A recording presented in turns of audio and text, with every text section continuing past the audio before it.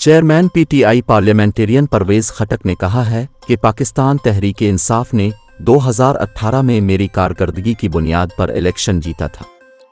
سوات خوازہ خیلہ میں سیاسی اجتماع سے خطاب میں پرویز خٹک نے کہا کہ ہم سے بعد میں آزاد ہونے والے ممالک ترقی کر گئے ہیں، 75 سال گزرنے کے باوجود ہم وسائل کا رونا رو رہے ہیں۔ انہوں نے کہا کہ ملک کے حالات بہتر بنانا وفاقی حکومت کا کام ہوتا ہے، کبھی روٹی کپڑا مکان، کبھی دین اور کبھی نئے پاکستان پر دھوکہ دیا گیا۔